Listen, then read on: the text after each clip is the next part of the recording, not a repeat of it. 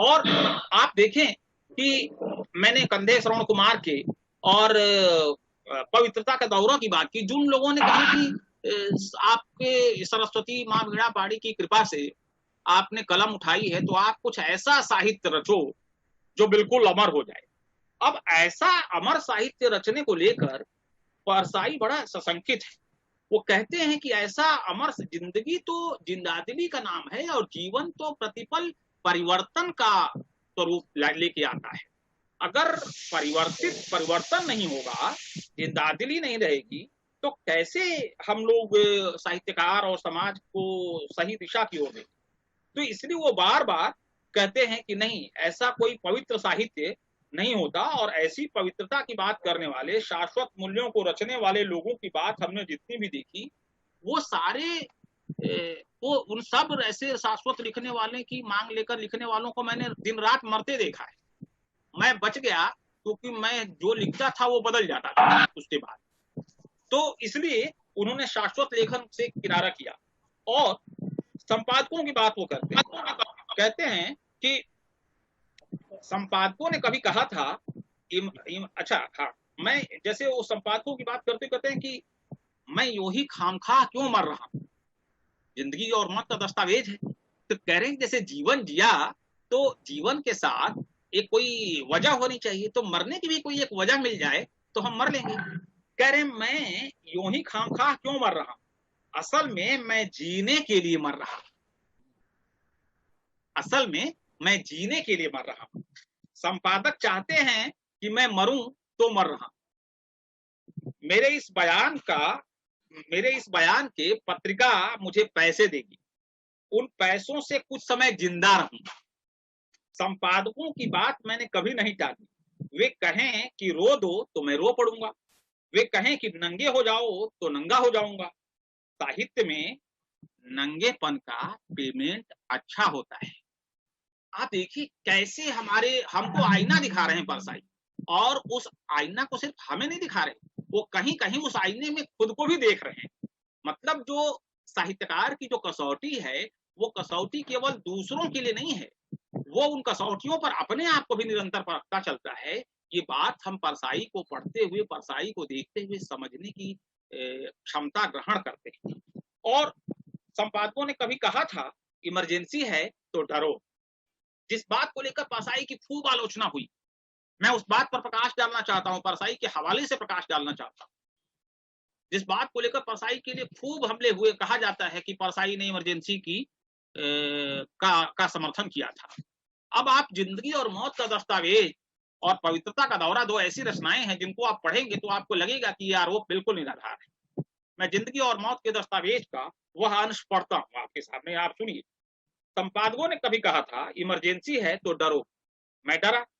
फिर कहा इमरजेंसी की तारीफ में लिखो, मैंने लिखा, ईमान से लिखा। इमरजेंसी उठी तो कहा इमरजेंसी के खिलाफ लिखो, मैंने इमरजेंसी के खिलाफ भी लिखा, ईमान से लिखा।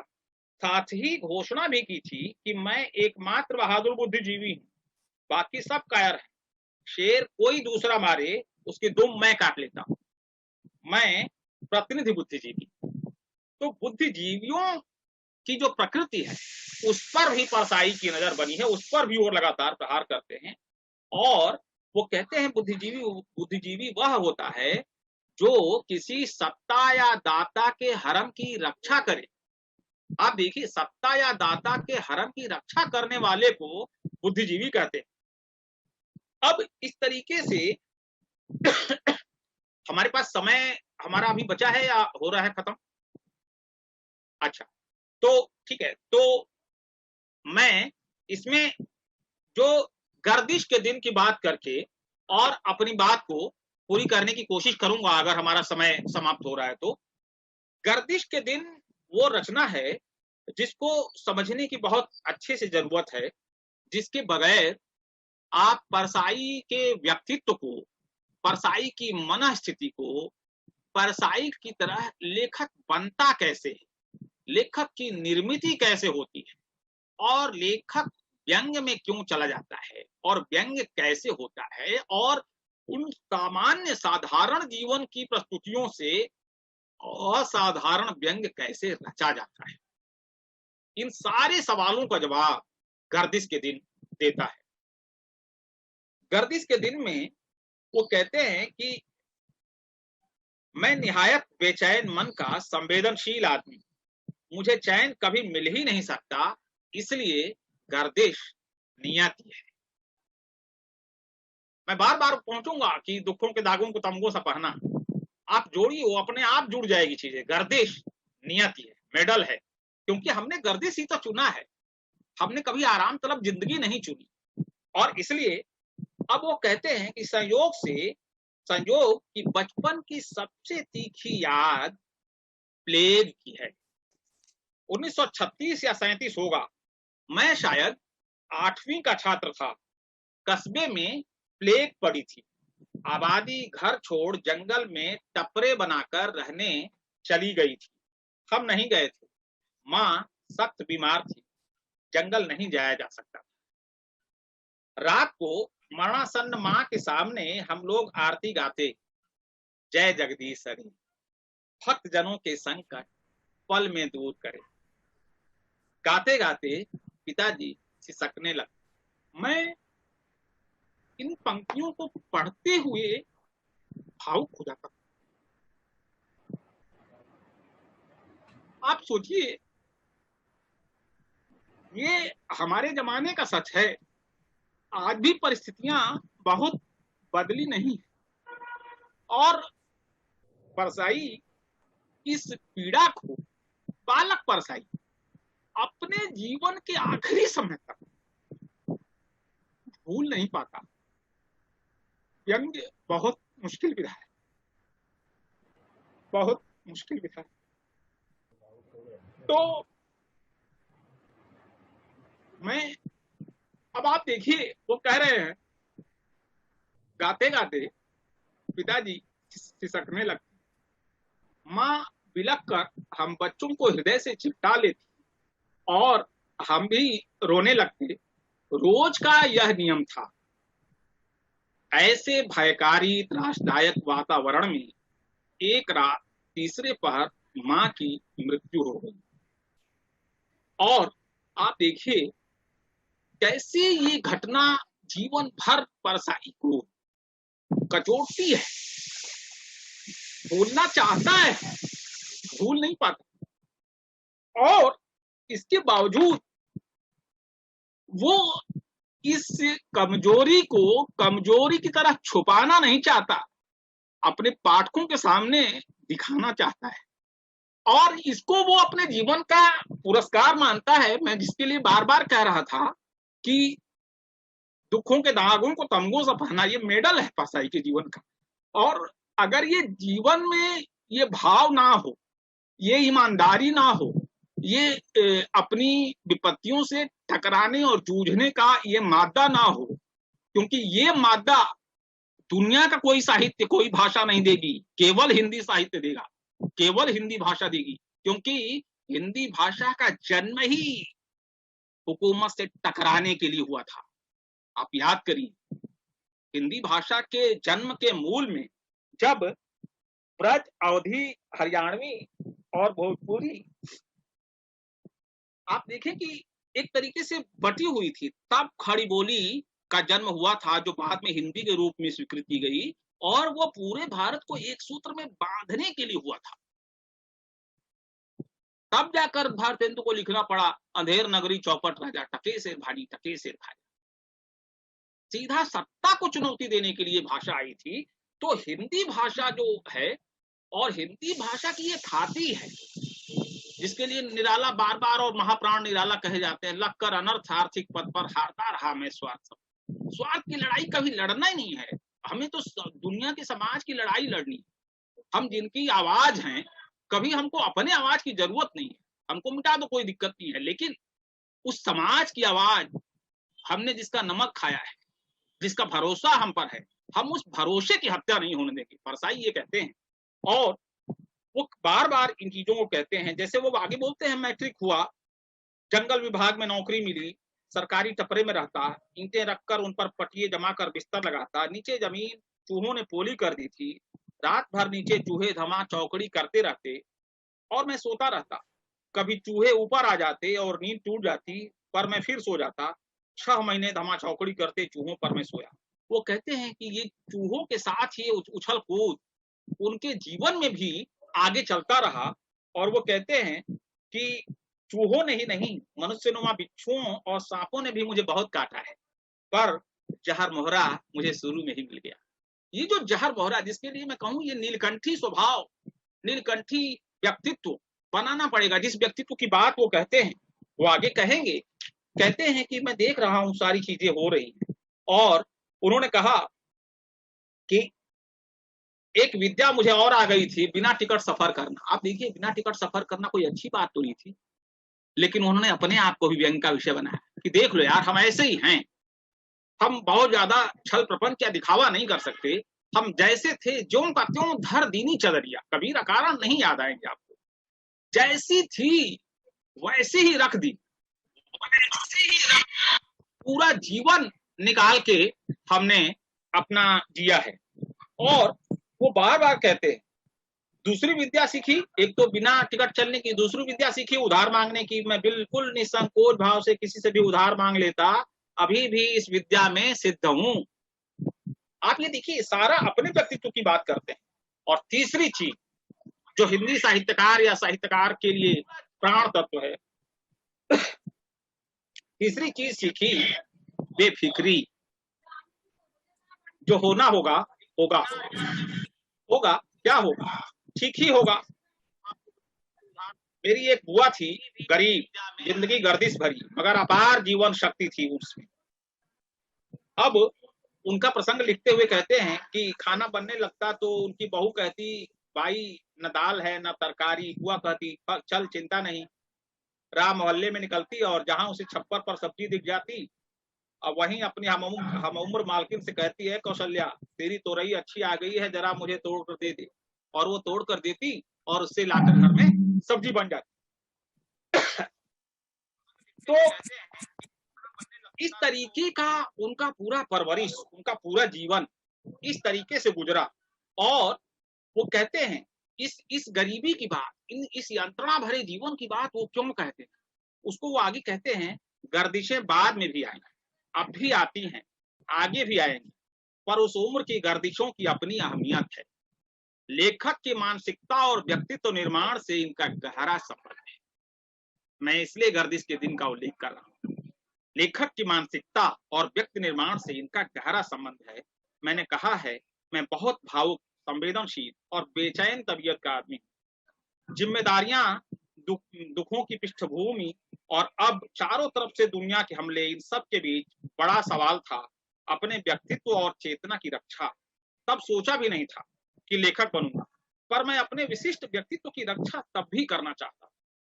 कैसे साधारण घटनाओं में असाधारण रचनाकार जन्म लेते हैं, उसके लिए ये इस दृष्टि को समझना बहुत जरूरी है। और परसाई इसको बहुत अच्छे से समझते हैं। कहते हैं जिम्मेदारी को गैर जिम्मेदारी की तरह निभाओ।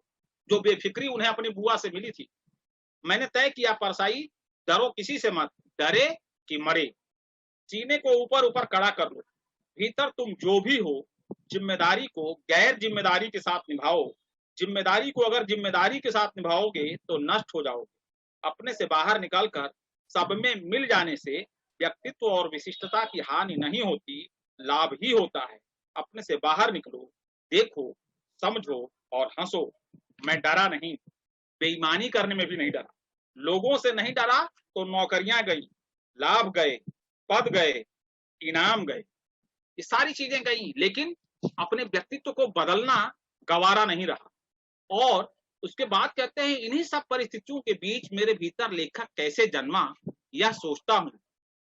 पहले अपने दुखों के प्रति सम्मोहन था। अपने को दुखी मानकर और मनवाकर आदमी राहत भी पा लेता है। बहुत लोग अपने लिए बेचारा सुनकर संतोष का अनुभव करते, पर मैंने देखा इतने ज्यादा बेचारों में मैं क्या बेचारा, इतने विकट संघर्षों में मेरा क्या संघर्ष। मैंने लेखन को दुनिया से लड़ने के लिए एक हथियार के रूप में अपनाया हो। इसी में मैंने अपने व्यक्तित्व की रक्षा का रास्ता देखा। अपने को विशिष्ट होने से बचाने के लिए मैंने लिखना शुरू कर दिया। अब यहीं कहीं व्यंग लेखक का जन्म हुआ। मैंने सोचा होगा रोना नहीं है, लड़ना है, जो हथियार हाथ में है उसी से लड़ना है। मैं तब ढंग से इतिहास, समाज, राजनीति और संस्कृति का अध्ययन शुरू किया। साथ ही एक औघड़ व्यक्तित्व बनाया और बहुत गंभीरता से व्यंग लिखना शुरू कर दिया। इन सब बातों का, विमर्शों का लबो-लुबाब ये है कि हमारा जो जीवन है वो कितना हमारा वैयक्तिक है और कितना हमारा सामाजिक है। ये वैयक्तिक और सामाजिक के बीच का जो अंतः संघर्ष है उसको भी परसाई इस लेख में लेके आते हैं। कहते हैं मुक्ति अकेले की नहीं होती, मुक्ति अकेले की नहीं होती, अलग से अपना भला नहीं हो सकता। मनुष्य की छटपटाहट है मुक्ति के लिए, सुख के लिए, न्याय के लिए, पर यह बड़ी लड़ाई अकेले नहीं लड़ी जा सकती। अकेले वही सुखी हैं जिन्हें कोई लड़ाई नहीं लड़नी। अनगिनत लोगों को सुखी देखता हूं और अचरज करता हूं, ये कैसे सुखी? न उनके मन में सवाल उठते, न शंका उठती है। ये जब तब सिर्फ शिकायत कर लेते हैं। शिकायत भी सुख देती है और वे ज्यादा सुखी हो जाते हैं। सुखिया, अब यहाँ कबीर को कोट करते हैं परसाई, सुखिया सब संसार है खावे और सोवे, दुखिया दास कबीर है जागे और रोवे। जागने वाले का रोना कभी खत्म नहीं होता, व्यंग लेखक की गर्दिश कभी खत्म नहीं होगी। ताजा गर्दिश यह है कि पिछले दिनों राजनीतिक पद के लिए पापड़ बेलते रहे। आखिरी हिस्सा है जहां वो राज्यसभा के सांसद पद के लिए उनको कहा गया और वो गए और जाकर वहां नेता के चेंबर के बाहर प्रतीक्षा किए। उस घटना का भी जिक्र वो करते हैं। मैंने कहा ना कि ज्यों का त्यों धर दीनी चदरिया, कुछ छुपाने की जरूरत नहीं। जो हमारे जीवन का प्राप्य है वो हमारे पाठकों की संपत्ति बन जाए, वो सब पाठकों को सौंप के चला गया वह व्यक्ति, और इसीलिए अवघड़ व्यक्तित्व बनाया। कह रहे हैं कि कहीं से उम्मीद दिला दी गई कि राज्यसभा में हो जाएगा। 1 महीना बड़ी गर्दिश में बीता। घुसपैठ की आदत नहीं है। चिट भीतर भेजकर बाहर बैठे रहने में हर क्षण मृत्यु पीड़ा होती है। बहादुर लोग तो महीनों चिट भेजकर बाहर बैठे रहते हैं मगर मरते नहीं, अपने से नहीं बनता। पिछले कुछ महीने ऐसी गर्दिश के थे। कोई लाभ खुद चलकर दरवाजे पर नहीं आता, उसे मनाना पड़ता है, चिरौनी करनी पड़ती है। लाभ थूकता है तो हथेली पर लेना पड़ता है। इन पंक्तियों को आज के रचनाकार को एक पंचलाइन की तरह याद रखते हैं, लेकिन इस ऐसी पंक्तियां जन्म कहां से लेती हैं, उसके पीछे की पृष्ठभूमि को भी समझने की जरूरत है। लाभ थूकता है तो हथेली पर लेना पड़ता है। इस कोशिश में बड़ी तकलीफ हुई, बहुत बड़ी गर्दिश होगी।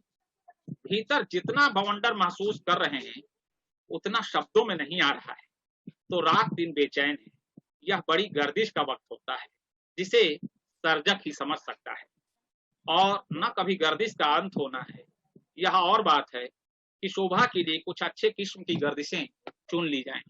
मैं समझता हूं कि मैंने आप लोगों का बहुत अधिक समय लिया है, लेकिन जब परसाई की बात करेंगे तो इन बातों को समझना बहुत जरूरी है कि हम परसाई पर क्यों बात कर रहे हैं। परसाई ऐसे नहीं बन सकते। परसाई बनने के खतरे क्या है, और अव्यक्त के खतरे तो उठाने ही होंगे, तोड़ने होंगे सब गढ़ और मठ।